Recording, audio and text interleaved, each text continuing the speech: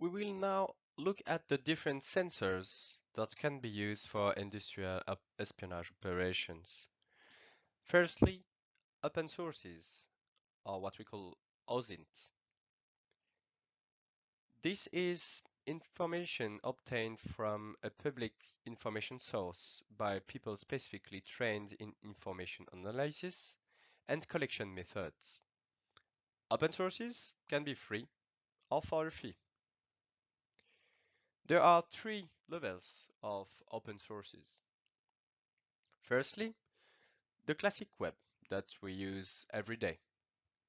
Here, you have to go to specialized information websites to search for confidential documents or online cameras, for example, using free or paid sources. We have in this slide example for these two categories. With a simple Google search that we can quickly access certain documents that are classified as confidential by their owners. This action is not illegal since the information is available online. Here we see on the first result page some internal audit reports. Now we can also try to find a real-time camera and again with a Google search. We come across on the first result page an Asian website showing us a live video feed. Those examples are available in the description part of this video. It is therefore necessary to be aware of one's digital footprint in order to effectively protect one's data. Then we have the second level, the so-called deep web, which represents about 95% of the global content on the internet. This is content found on private, closed discussion groups, information that is not indexed by traditional search engines. To access this information, it is necessary to use specialized tools or alternative search engines such as DuckDuckGo. The last level available is the dark web. It is not directly accessible and consists of parallel networks such as Tor, I2P, or Freenet. It requires special outlets to access it and easily available on the internet for download. The latter have marketplaces where people can buy information put online by those who have obtained it. There are also tools for laundering virtual money, cryptocurrencies, search engines for these networks, and directories of available services. Again, all of those examples are available in the description part of this video. Let's now turn to another sensor, the technical sensor, or SIGINT for signal intelligence. It offers mass interception capabilities, mainly used by intelligence services and provided by communications providers. This is what is known as legal interception, governed by specific provisions.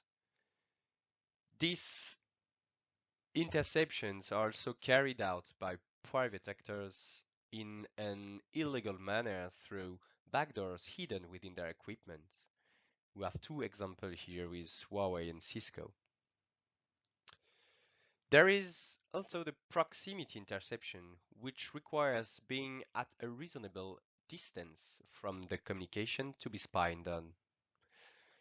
This is found among IMSI catcher, Wi-Fi, or NFC networks. These techniques are mainly used at trade shows such as the Paris Air Show in Le Bourget.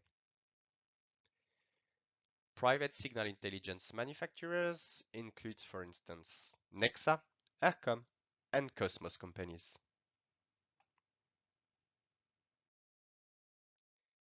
Let's move on to the human sensor, or we could say human factor. First of all, with the uncontrolled leakage of information. What people will naturally say, naturally disclosed at professional events, trade fairs, lunches, cocktails, parties, or even during their daily lives at their hairdressers, in transport, in the taxi, with their family or with their friends. Then we have, and this is the most dangerous part, but also the most interesting part, human intelligence. In extent, so where the source is an individual. This is a real profession, a real job that we will not deal with in this module, but in the second one, dedicated to the protection of individuals.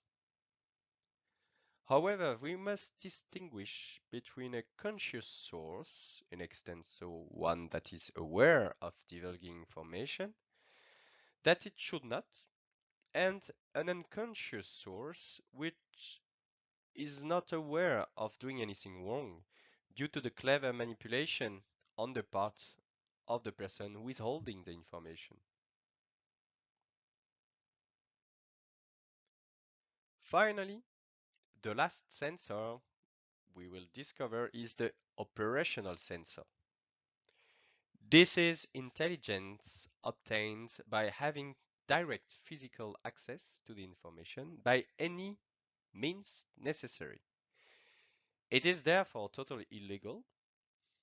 Among the possibilities are physical intrusion, tanning, such as in the rubbish dumpster diving, the installation of microphones, video surveillance, or computer intrusions, for instance.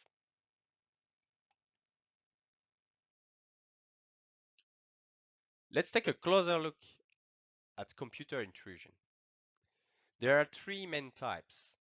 The random one, often opportunistic and the object of a single individual, who chooses his target at random thanks to the use of online tools like Shodan or Google Docs. We have here an example in this slide of a Google search listing some vulnerable websites randomly. All these examples are also available in the description part of this video. Collective ideological opportunistic action follows the same principle but involves a group of individuals who wish to act on their beliefs. This is the case, for example, of the anonymous groups or WikiLeaks.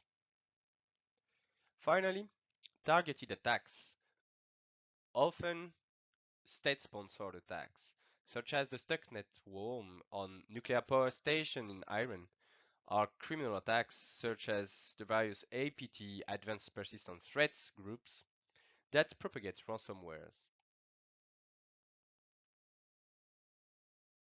In reality, the attacker often uses several of these different sensors to achieve his goal.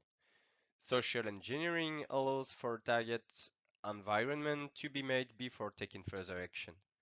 First in open sources, for example by researching an entity or person, and then by using the human sensor.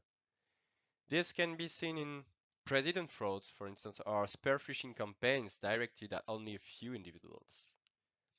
It is also possible to have a combined approach by first doing a technical environment of the target, then involving the human sensor, and finally using the operational sensor if needed.